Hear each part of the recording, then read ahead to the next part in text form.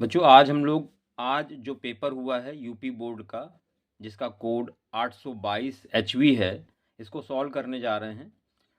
Paper का जो level है बहुत इजी था, ये देख सकते हैं आप।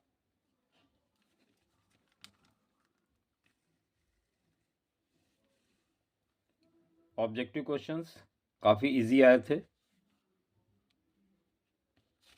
काफ़ी आसान पेपर आया था बोर्ड का। आप ये देख सकते हैं यहाँ पर क्वेश्चंस, ये मल्टीपल चॉइस क्वेश्चंस हैं।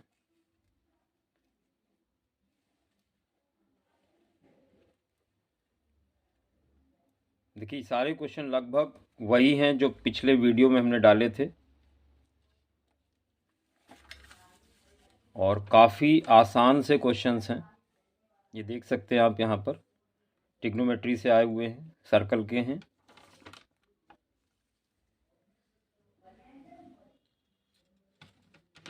मीन मीडियन मोड,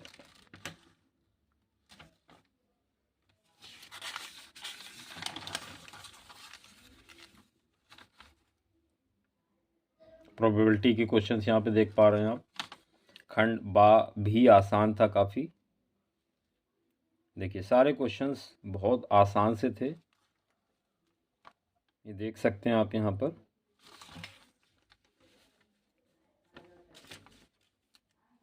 ये ज्योमेट्री से थे।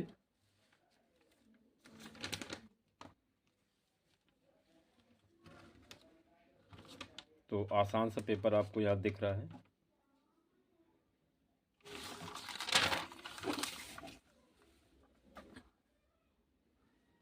हाइट एंड डिस्टेंस और ये सरफेस एरिया वॉल्यूम से ये क्वेश्चंस आप देख सकते हैं। तो बच्चों स्टार्ट करते हैं बिना समय गंवाए। Question number 1, multiple choice questions. बच्चों यहाँ देख सकते हैं, सबसे पहला क्वेश्चन आप देख पा रहे हैं यहाँ पर, maximum number of zeros of cubic polynomial. Cubic polynomial मतलब जिसकी पावर 3 होती है डिग्री, उसमें मैक्सिमम नंबर ऑफ जीरोज कितने हो सकते हैं? तो बच्चों यहाँ पर करेक्ट आंसर होगा 3। क्यूबिक पॉलिनोमियल है तो 3 आंसर हो सकते हैं। Question number 2, prime factors of number 140 will be. अब देखिए 14 और 10 अलग अलग कर लें। 14 को 2 इंटू 7 लिख सकते हैं, और इसको 2 इंटू 5, यानी 2257 फैक्टर होंगे। 2257, तो यहाँ पे ऑप्शन सी करेक्ट आंसर होगा क्वेश्चन नंबर 2 का। The relation between dividend, divisor, quotient and remainder will be. यहाँ पर क्या रिलेशन होगी? तो बच्चों आप ध्यान दें, किसी नंबर को अगर डिवाइड करते हैं, मान लो 9 को 2 से डिवाइड किया, तो यहाँ 4 आता है और यहाँ 1 आता है, यानी ये जो है, ये जो नंबर है ये किसके इक्वल होता है? बच्चों यहाँ पर हो जाएगा dividend is equal divisor into quotient plus remainder. जो 9 होगा वो इन दोनों के मल्टीप्लाई करके +1 होगा। देखिए 4 2 8 +1 इज इक्वल 9। तो dividend is equal divisor into quotient plus remainder, यहाँ पर करेक्ट ऑप्शन सी होगा।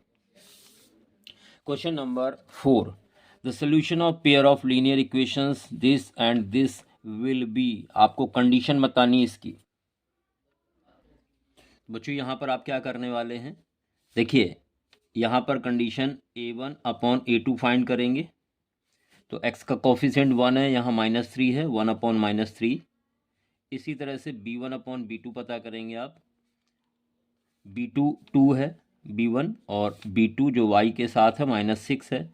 तो बच्चों यहाँ से भी 1/-3 मिल जाएगा, 2 3 जा 6, और c1/c2 पता करेंगे तो ये आएगा, यहाँ 5 है और यहाँ पर 1 है। आप ध्यान दें, a1/a2 इक्वल आ रहा है b1/b2 के, लेकिन इक्वल नहीं है c1/c2 के। यहाँ देख सकते हैं आप इस कंडीशन से। इसका मतलब यहाँ पर क्या होगा? तो ये कंडीशन है नो सोल्यूशन की। चलिए ऑप्शन देखते हैं, unique, two, infinitely many, none of the above. तो यहाँ पर जो करेक्ट आंसर होगा वो आपका डी ऑप्शन होगा। बच्चों अगला क्वेश्चन आप देख सकते हैं, common difference of the AP. AP given है, ये कंफर्म है। आपको इसका कॉमन डिफरेंस बताना है। तो कॉमन डिफरेंस आप जानते हैं, तो यहाँ पर क्या यूज करेंगे आप, यहाँ आप लिखेंगे d is equal second term minus first term. Second term -1 है, माइनस फर्स्ट टर्म आपका -5 है, तो -1 + 5 यानी 4 आएगा कॉमन डिफरेंस। तो बच्चों यहाँ पर डी ऑप्शन करेक्ट आंसर होगा। क्वेश्चन नंबर 6 में देखिए आपसे पूछा गया है डिस्क्रिमिनेंट बताइए ax² + bx + c is equal 0 का। तो ये स्टैंडर्ड फॉर्म है। डिस्क्रिमिनेंट क्या होता है, तो आपको पता है d is equal b² - 4ac, यानी यहाँ पर करेक्ट ऑप्शन सी आंसर होगा इसका। बच्चों अगले क्वेश्चन में पूछा गया question number 7 distance between 2 points. तो यहाँ पर डिस्टेंस फॉर्मूला यूज करेंगे d is equal x2 - x1 4 - 2 का whole square plus y2 - y1 तो 1 - 3 का होल स्क्वायर। बच्चों यहाँ पर क्या मिलने वाला है आपको, 4 - 2 2 का स्क्वायर 4 प्लस -2 का स्क्वायर 4, यानी ये हो जाएगा √8। इसको आप लिख सकते हैं 2 × 2 × 2, इस तरह से लिख सकते हैं। यानी यहाँ पर एक 2 रूट से बाहर आ जाएगा, एक अंदर रहेगा, यानी 2√2 करेक्ट आंसर होगा। तो इसका ऑप्शन बी सही आंसर होगा। Question number 8 if roots of quadratic equation are equal. तो इक्वल रूट की कंडीशन आपको पता है b² - 4ac इज इक्वल 0 होता है। बच्चों इसको आप b² इज इक्वल 4ac भी लिख सकते हैं। b x के साथ जो होता है ये b होता है, तो -12 का whole square is equal 4, a x² के साथ वाला होता है तो 3 होगा, c आपका कांस्टेंट टर्म होता है तो ये m होगा। बच्चों ये हो गया 144 इज इक्वल 4 3 जा 12m, स्क्वायर से माइनस प्लस हो जाएगा। 144 को 12 से डिवाइड करेंगे तो यहाँ पर m आपको मिल जाएगा 12, यानी करेक्ट ऑप्शन यहाँ पर डी होगा इस क्वेश्चन का। देखिए 9 में कहा गया एक ट्रायंगल ABC है, एक ट्रायंगल हमने ABC बना लिया है यहाँ पर ABC। बच्चों आपसे कह रहा हर एक साइड 2a है तो हर एक साइड 2a हो जाएगी। आपसे कह रहा लेंथ ऑफ एल्टीट्यूड, एल्टीट्यूड मतलब जो परपेंडिकुलर ड्रॉ करेंगे, तो ये परपेंडिकुलर हो गया। ये इक्विलेटरल ट्रायंगल है, इक्विलेटरल ट्रायंगल का जो परपेंडिकुलर है वो बेस को 2 इक्वल पार्ट में डिवाइड करता है, तो ये a हो गया, ये भी a हो गया। आपको ये हाइट h निकालनी है, तो पाइथागोरस थ्योरम का यूज करेंगे।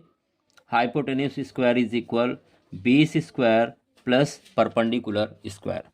हाइपोटेन्यूस 2a का होल स्क्वायर यहाँ लिखेंगे, बेस a है तो a² होगा, परपेंडिकुलर यहाँ पर हमने सपोज किया h तो h²। बच्चों ये हो जाएगा h² इज इक्वल ये 4a² हो जाएगा, और ये a² इधर आएगा तो माइनस हो जाएगा। कुल मिला के h² आ गया आपका 3a², स्क्वायर हटेगा तो रूट लगेगा, तो बच्चों यहाँ से h इज इक्वल मिल जाएगा √3 और a, यानी यहाँ जो करेक्ट आंसर होगा वो आपका ऑप्शन सी होगा, a √3 यूनिट्स। देखिए अगला क्वेश्चन 10 है मीन फाइंड आउट करें इसका आपको मीन पता करना है। तो आप ध्यान दें यहाँ पे आपको क्लास इंटरवल दिया गया है, फ्रिक्वेंसी दी गई है, तो मीन का फॉर्मूला होता है x bar is equal sigma fx upon sigma f। तो f का टोटल निकाल लें यहाँ पर, तो सिग्मा f कितना हो जाएगा 3 2 5 4 9 10 11 और 3 14। बच्चों x की जरूरत पड़ेगी, x कैसे निकालते, दोनों को ऐड करके 2 से डिवाइड करेंगे, तो 3 1 4 का हाफ 2, 5 3 8 हाफ 4। अब देखिए 2 2 का डिफरेंस है, ऐड करते जाएं 6 8 और 10। अब यहाँ पे आप फाइंड आउट करेंगे fx, 3 2 जा 6, 4 2 जा 8, 6 4 जा 24, 8 2 जा 16 और 10 3 जा 30। fx का सम सिग्मा fx कहलाएगा, कितना हो जाएगा 6 4 10 8 18 और 6 24, 2 बचा, 2 2 4 3 7 1 8, 84 आ गया, तो 84 अपॉन 14, तो ये आ जाएगा 6, यानी इसका जो मीन होगा वो 6 होगा। तो ऑप्शन देखते हैं, बच्चों यहाँ पर डी ऑप्शन करेक्ट आंसर होगा। क्वेश्चन नंबर 11, आपको वैल्यू फाइंड आउट करनी है sine 27 degree upon cos 63 degree की। बच्चों आप साइन 27 को लिख सकते हैं साइन 90 माइनस 63 डिग्री, अपॉन में वैसे ही लिख लिया कॉस 63। अब आप ध्यान दें साइन 90, देखिए 90 में 63 माइनस होगा तो 27 आएगा, तो हम साइन 27 को साइन 90 माइनस 63 लिख सकते हैं। बच्चों यहाँ साइन 90 की वजह से कॉस में कन्वर्ट हो जाता है तो कॉस 60 डिग्री, अपॉन में भी कॉस 60 डिग्री लिखा हुआ है, यानी जो फाइनल आंसर आएगा वो 1 आएगा और यहाँ पर करेक्ट ऑप्शन होगा ए। बच्चों यहाँ पर लिखा है cos A is equal √3/2, cos A is equal √3/2। तो बच्चों ध्यान दें √3/2 वैल्यू कॉस की कब होती है, जब एंगल ए हो 30 डिग्री। देखिए √3/2 को हम कॉस 30 लिख सकते हैं, कॉस कॉस कैंसिल हुआ तो ए आ गया 30 डिग्री, कॉस 30 डिग्री की वैल्यू होती है √3/2 तो ए 30 डिग्री हो गया। आपको साइन 2a की वैल्यू निकालनी है, साइन 2 और ए की वैल्यू रख दी 30 तो ये हो गया साइन 60, और बच्चों साइन 60 कितना होता है √3/2। तो आप देख सकते हैं यहाँ पे भी आंसर जो करेक्ट होगा वो होगा ऑप्शन डी। बच्चों क्वेश्चन नंबर 13 पे आ गए हम लोग। 1 + tan² लिखा है और 1 + tan² इज इक्वल होता है sec² upon 1 + cot² is equal होता है cosec²। अब आप ध्यान दें इस sec² को लिख सकते हैं 1/cos²a, और जो नीचे लिखा cosec²a इसको लिख सकते हैं 1/sin²a, क्योंकि अपॉन में होगा तो ऊपर लिख दिया। अब आप ध्यान दें sin² ऊपर है cos² नीचे है, sin अपॉन cos होता है 10, तो फाइनल आंसर आ गया tan²a, यानी ऑप्शन डी यहाँ पे भी करेक्ट आंसर होगा। Sine 2a is equal to sine a is true, ये कब ट्रू होता है, तो ये केवल 0 डिग्री के लिए ही ट्रू होता है। अगर हम दोनों a की जगह 0 डिग्री लिखेंगे साइन 2 × 0 तो साइन 0 0 होता है, साइन 0 0 × 2 0, यानी करेक्ट ऑप्शन ए होगा यहाँ पर। Area of quadrant of circle whose circumference is 22 centimetre will be. बच्चों यहाँ पर सर्कमफ्रेंस दिया है, यानी सर्कमफ्रेंस को हम 2πr लिख सकते हैं 22। तो बच्चों यहाँ से रेडियस निकल आएगी 22/2π। आप चाहें जिसको सॉल्व कर लें, 22/2π की जगह लिख सकते हैं 22/7, 22 कैंसिल हुआ तो रेडियस आ गई 7/2। आपको फाइंड क्या करना है, आपको एरिया ऑफ क्वाड्रेंट निकालना है, और एरिया ऑफ क्वाड्रेंट का फॉर्मूला क्या होता है πr²/4, सर्कल का चौथा हिस्सा क्वाड्रेंट का मतलब। पाई की जगह लिखेंगे 22/7, 4 पहले से नीचे है, और r² की जगह 7/2 2 बार लिखेंगे इंटू 7/2। बच्चों यहाँ 7 से 7 कैंसिल हो जाएगा, 2 से 22 को कैंसिल किया 11, 7 × 11 77 ऊपर होगा, और 4 2 8 नीचे, तो फाइनल आंसर आ रहा है 77/8 सेंटीमीटर स्क्वायर। तो यहाँ आप देख पा रहे हैं करेक्ट ऑप्शन होगा सी, ये आंसर होगा। बच्चों कह रहा 16 में कैप्सूल इज अ कॉम्बिनेशन। तो बच्चों कैप्सूल का शेप कुछ इस तरह से होता है, आप देख सकते हैं ऐसा शेप होता है कैप्सूल का, यानी बीच का पोर्शन सिलेंडर है और ऊपर नीचे हेमीस्फीयर है। तो यहाँ पे आप देख सकते हैं 1 सिलेंडर एंड 2 हेमीस्फीयर, यानी करेक्ट ऑप्शन होगा बी। बच्चों 17 आपको मीन दिया है 32 और मोड दिया है 35, आपसे मीडियन पूछा है।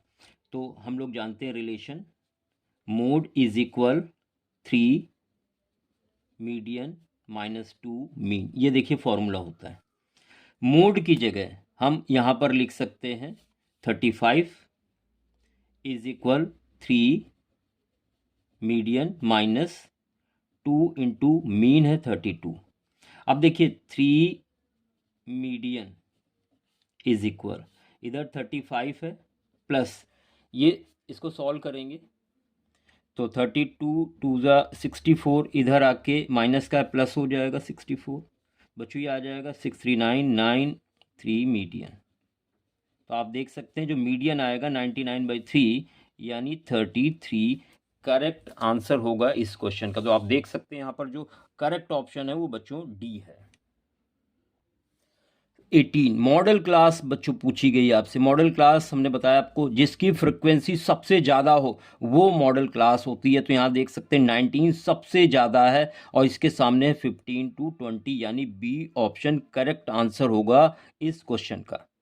क्वेश्चन नंबर 19 पे हम लोग आ जाते हैं। If 2 dice are tossed together, 2 पासों को फेंका गया एक साथ, probability of getting sum of number on both the dice as 10। आपको प्रोबेबिलिटी फाइंड आउट करनी है कि दोनों डाइस पे पासों पे जो नंबर आ रहा है उनका सम जो है वो 10 है। तो बच्चों यहाँ पर केस क्या बनाएंगे, पहले पासे पे देखिए 10 लाना है तो पहले पासे पे 4 हो जाए और दूसरे पे हो जाए 6। एक कंडीशन ये बन सकती है, या पहले पे 5 हो दूसरे पे 5 हो, या 6 हो और दूसरे पे 4 हो। केवल ये 3 कंडीशन बन सकती है बस, और इसके अलावा 10 नहीं आएगा क्योंकि पासे पे 1 से 6 तक नंबर होते हैं। अब बच्चों आपको प्रोबेबिलिटी फाइंड आउट करनी है इस इवेंट की, तो ऊपर लिखते हैं फेवरेबल आउटकम, 1 2 3 फेवरेबल आउटकम है, और नीचे लिखेंगे 6 क्योंकि पासे पे 6 नंबर होते हैं, 2 पासे हैं इसलिए पावर 2 लगा देंगे। बच्चों ये आ जाएगा 3/36, 3 1 जा 3 1 जा 3 2 जा, यानी करेक्ट आंसर बच्चों यहाँ पे आ चुका है ऑप्शन नंबर ए। और इसके साथ 20 की तरफ बढ़ते हैं। 20 आप देख सकते हैं, when a die is thrown once, एक बार पासे को फेंका गया है, probability of getting an even number. बच्चों ध्यान दें, इवन नंबर तो 2 हो सकता है, 4 हो सकता है, 6 हो सकता है। प्रोबेबिलिटी इस इवेंट की क्या होगी, इवेंट कितने होते हैं एक डाई पे, तो 1 2 3 और टोटल नंबर होते हैं 6, यानी करेक्ट आंसर होगा इस क्वेश्चन का 1/2 यानी ऑप्शन सी करेक्ट आंसर होगा।